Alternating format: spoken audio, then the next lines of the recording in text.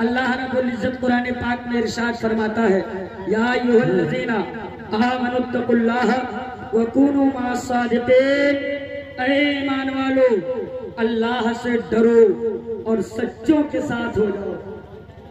अगर आप बोलोगे तब तो मैं तकरीर खत्म करूंगा और हजरत का नंबर आएगा, वरना याद रखना आवाज जरूर बैठी हुई है, फजर तक मैं आपको पकाता रहूंगा। आप बोलोगे तो मेरी तकरीर 20 मिनट का टाइम मिला है ना, तो 20 मिनट तक आपको बोलना पड़ेगा। पूरी जिंदगी से बोलो या रसूल अल्लाह, सुभान अल्लाह। बोला है फरमाया, अल्लाह फरमाता है ईमान वालों अल्लाह से डरो और सच्चों के साथ हो जाओ। एक बात बताओ, अल्लाह फरमाता है सच्चों के साथ हो जाओ, तो सच्चों का साथ हम पकड़ ले तो हमें फायदा क्या मिलेगा? हम मस्तान शाह की मज़ार मुक़द्दसा पे आए हो, इनके दीवानगी का दम भरते हो, लेकिन एक बात बताओ, कुछ न कुछ फायदा मिलता है तब ना इनका दामन पकड़ के रखे हो। तो अगर हम किसी वली का दामन थामे, किसी बुजुर्ग का दामन थामे, किसी सच्चे का दामन थामे, तो हमें फायदा क्या मिलेगा? क्या बात है। तो अकाबिर उलमा फरमाते हैं कि अल्लाह वाले का तू साथ कर ले, अल्लाह तेरे साथ हो जाएगा। अब लगता है बात आप तक पहुंच नहीं रही है। मैं आपको बेदार करने के लिए आया हूँ, वरना मेरी तकरीर की कोई जरूरत नहीं थी। सिर्फ जगाने के लिए आया हूँ ताकि आप जाग जाएं और हजरत आए उस माहौल में तकरीर करें। पूरी जिंदगी पेश करो या रसूल अल्लाह, या रसूल अल्लाह। इसी जिंदगी में हजरत मिर्जा जाने जाना रहमतुल्लाह ताला अलैह, जिनकी मज़ार मुक़द्दसा पाकिस्तान के रावलपिंडी में आज भी मौजूद है। हुजूर मिर्जा जाने जाना रहमतुल्लाह अलैह फरमाते, उलमा की खास तवज्जो फरमाते हैं कि एक मर्तबा एक रास्ते से एक बाबा जी जा रहे थे, जो मजजुबाना आशिकाना अंदाज है, पैरों में खिड़ाव है लकड़ी की, रास्ते पे कीचड़ भरा हुआ था, उसी कीचड़ वाले भरे रास्ते पे जा रहे थे। रास्ते के करीब में एक घर था जो एक तवाइफ का था, उस तवाइफ का एक मनचला आशिक उसके साथ रहा करता था। एक दिन वो तवाइफ और उसका आशिक घर के बाहर सीढ़ियों पे बैठे मौसम का लुत्फ ले रहे थे, मौसम का मजा ले रहे थे। बाबा जी का गुजर होता है, लकड़ी की खड़ाव है, कीचड़ से रास्ता भरा हुआ है। बाबा जी के खड़ाव से कीचड़ उड़ा, जाके उस तवाइफ के चेहरे पे पड़ा, तो उसके आशिक को बड़ा बुरा लगा। वो उठा, बाबा के करीब आया, एक जोर का तमाचा बाबा के गालों पे रशीद किया, और जब बाबा के गालों पे तमाचा पड़ा तो अल्लाह का महबूब बंदा झगड़ा नहीं किया, बल्कि होठों को खोला और मुस्कुराया। मुस्कुरा के फरमाता है, जा बच्चा अल्लाह तेरा भला करे। ला ला ला। बात नहीं समझ पा रहे हो? तमाचा पड़ा किसके गाल पे? बाबा के गाल पे। बाबा ने गाली नहीं दिया, बाबा ने झगड़ा नहीं किया, बल्कि मुस्कुरा के रब की बारगाह में देखते हैं, आसमान की तरफ देखते हैं और कहते हैं, जा बच्चा अल्लाह तेरा भला करे। इतना कह के आगे बढ़ जाते हैं। थोड़ी दूर बढ़े तो एक हलवाई अपनी दुकान में दूध गर्म कर रहा था, देखा कि बाबा जी आ रहे हैं, प्याले में दूध लिया, भाग के बाबा के करीब गया, सलाम अर्ज किया, दूध का प्याला पेश किया, कहा बाबा जी ये आपकी सेहत के लिए बड़ा मुफीद है, इसे आप नोश फरमा ले, बहुत तवज्जो के साथ सुनना। बाबा जी ने दूध का प्याला लिया, करीब में बैठ के बिस्मिल्लाह शरीफ पढ़ा और पूरे दूध को पी लिया, और पीने के बाद आसमान की तरफ देखते हैं और मुस्कुरा के कहते हैं, मेरे मौला तू भी कितना बड़ा बेनियाज है, कहीं दूध पिलाता है, कहीं थप्पड़ खिलाता है। अल्लाह अल्लाह अल्लाह अल्लाह।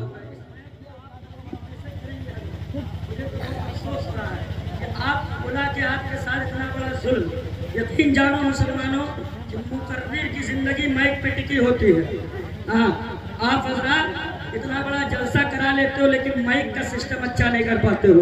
अल्लाह आगने वाले जलसे में आपको ये अच्छी तौफीक दे कि आप अच्छा इंतजाम कर सके। पूरी जिंदगी के साथ बोलो या रसूल अल्लाह, या हबीब अल्लाह। बाबा दूध पीते हैं, कहते हैं मौला तू भी कितना बड़ा बेनियाज है, कहीं दूध पिलाता है, कहीं थप्पड़ खिलाता है। इतना कह ही रहे थे कि आबादी से कुछ लोग दौड़ते हुए आए। कहा बाबा जी जो अल्लाह का वली होता है वो किसी को बद्दुआ तो नहीं देता। बाबा जी फरमाते हरगिज नहीं देता। तो लोगों ने कहा बाबा तो फिर आपने बद्दुआ क्यों दे दिया? बाबा जी फरमाते मैंने तो किसी को बद्दुआ न दी। कहा बाबा अगर बद्दुआ नहीं दिया तो जिस तवाइफ के आशिक ने आपके चेहरे पे थप्पड़ मारा था, अभी घर के अंदर जाने के लिए सीढ़ियों पे चढ़ ही रहा था कि अचानक उसका पैर फिसला, गर्दन के बल जमीन पे गिरा, गर्दन की हड्डी टूटी और जगह पे मर गया। ए बाबा उसका अचानक गिरना, उसका अचानक मर जाना ये समझ से बाला तर है। तो बाबा मुस्कुराए और मुस्कुरा के फरमाते हैं हकीकत जानना चाहते हो तो कहो हकीकत से पर्दा हटा दे। अरे बाबा वाह वाह वाह। हकीकत जानना चाहते हो तो कहो हकीकत से पर्दा हटा दे। बाबा सबने कहा बाबा जी हटा दीजिए।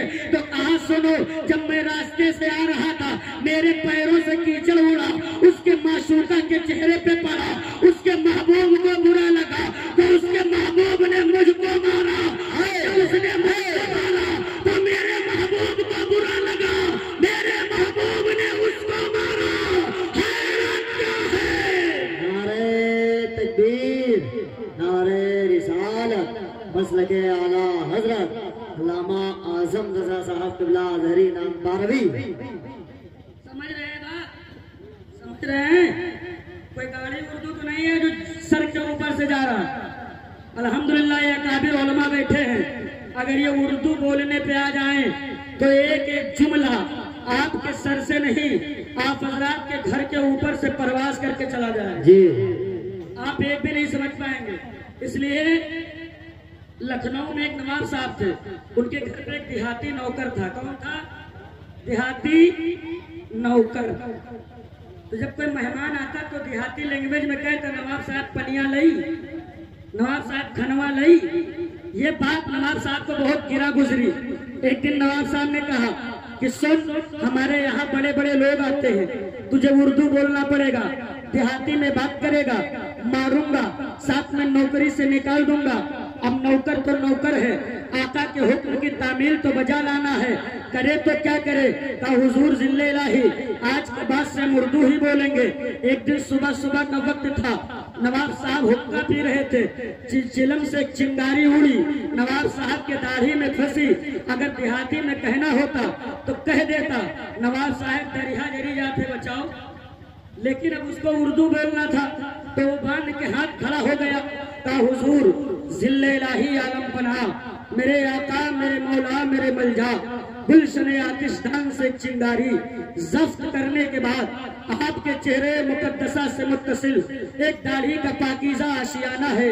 वो चिंगारी बड़ी देर से वहाँ आराम कर रही है।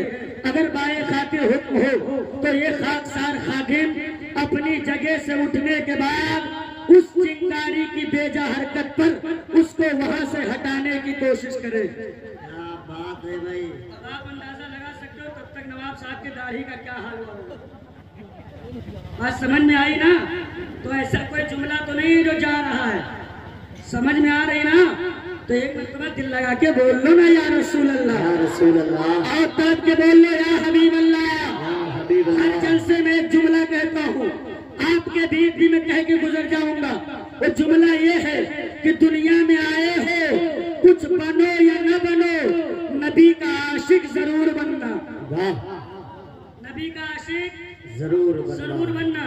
इसलिए कि मुस्तफा जाने रहमत से मोहब्बत का जो बदला मिलता है उस बदले पे इंसान तो इंसान है, मलाइका भी रश्क करते नजर आते हैं, मलाइका भी उसके नाज करते हैं।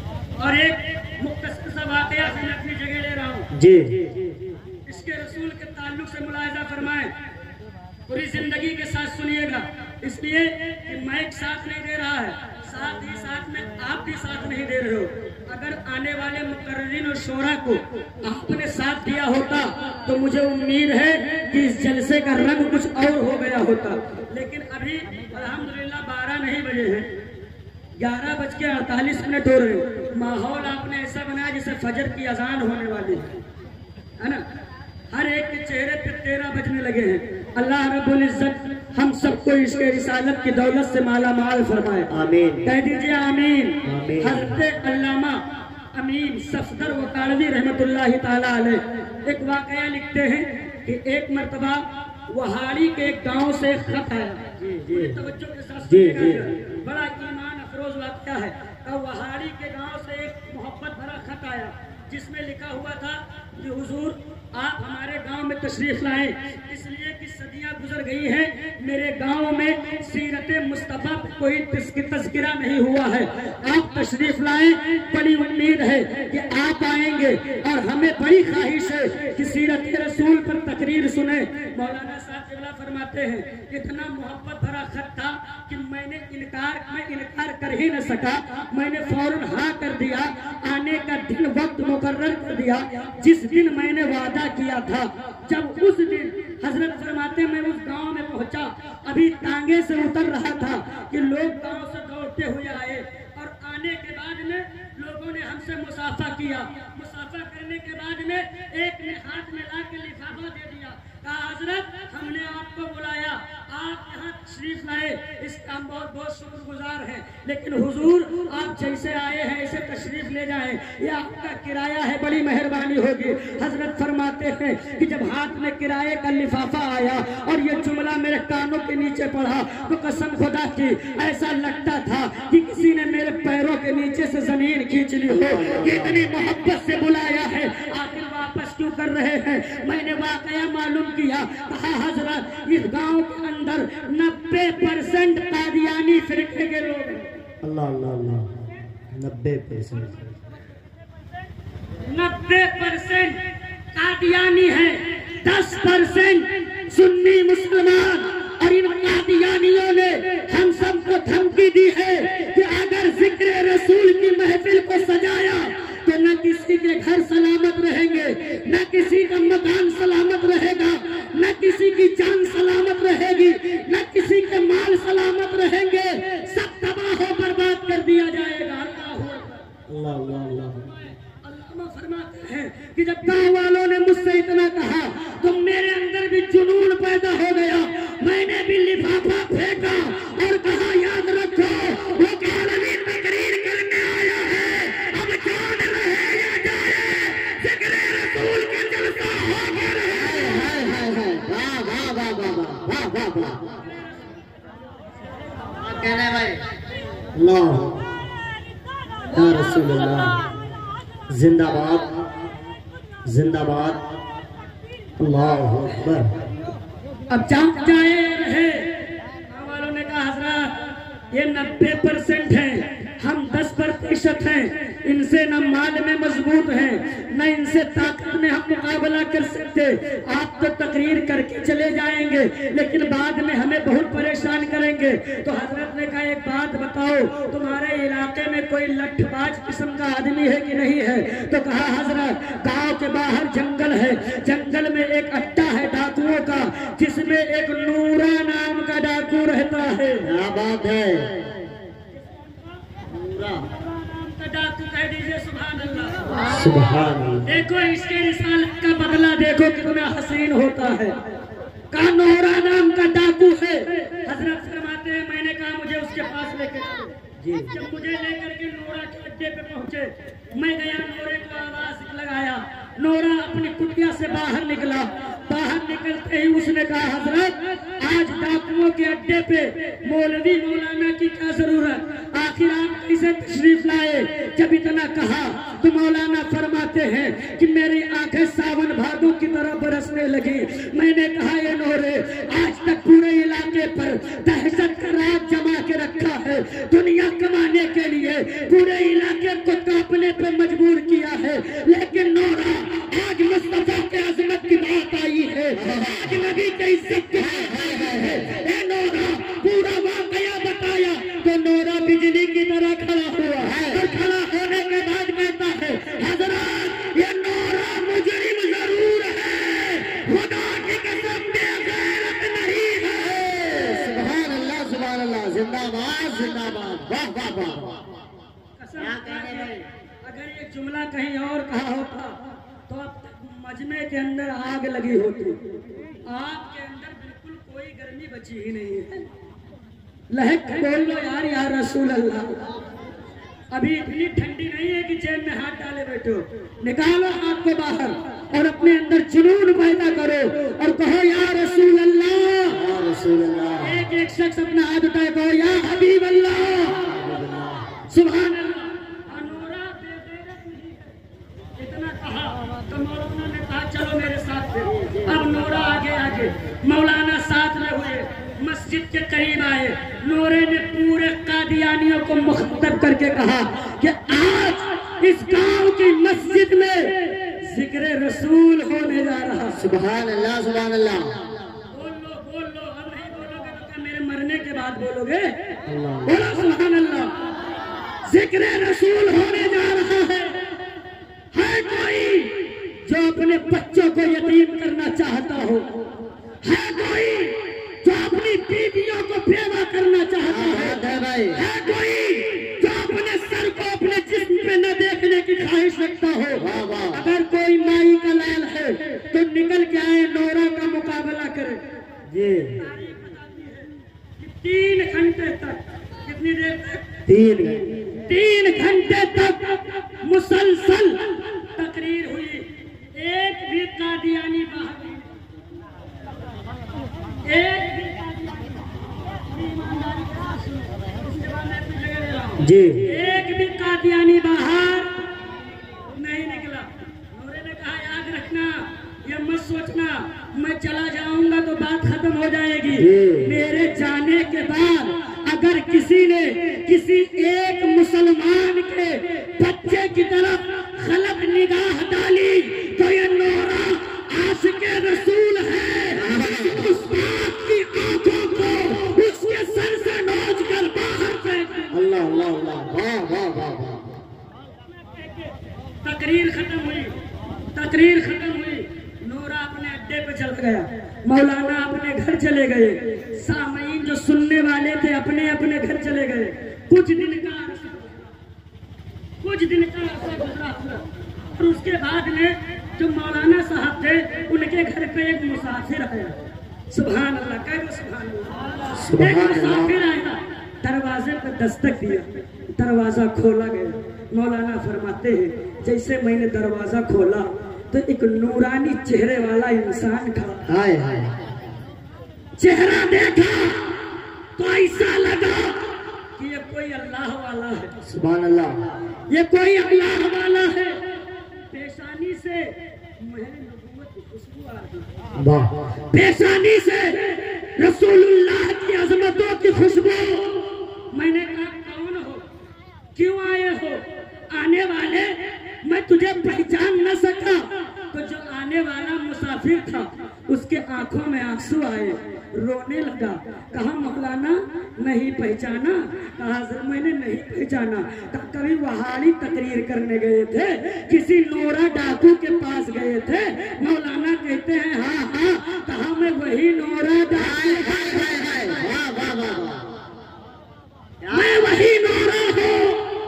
हजरत फरमाते, मौलाना फरमाते हैं कि लेकिन है नोरा, तू तो वक्त का इतना बड़ा डॉन, इतना बड़ा क्रिमिनल, इतना बड़ा गुंडा, और आज चेहरे पे तब्दीली कैसे? क्या बात है, ये बदलाव कैसे? तो नोरे ने जवाब दिया मौलाना तकरीर खत्म हुई, आप अपने घर चले आए।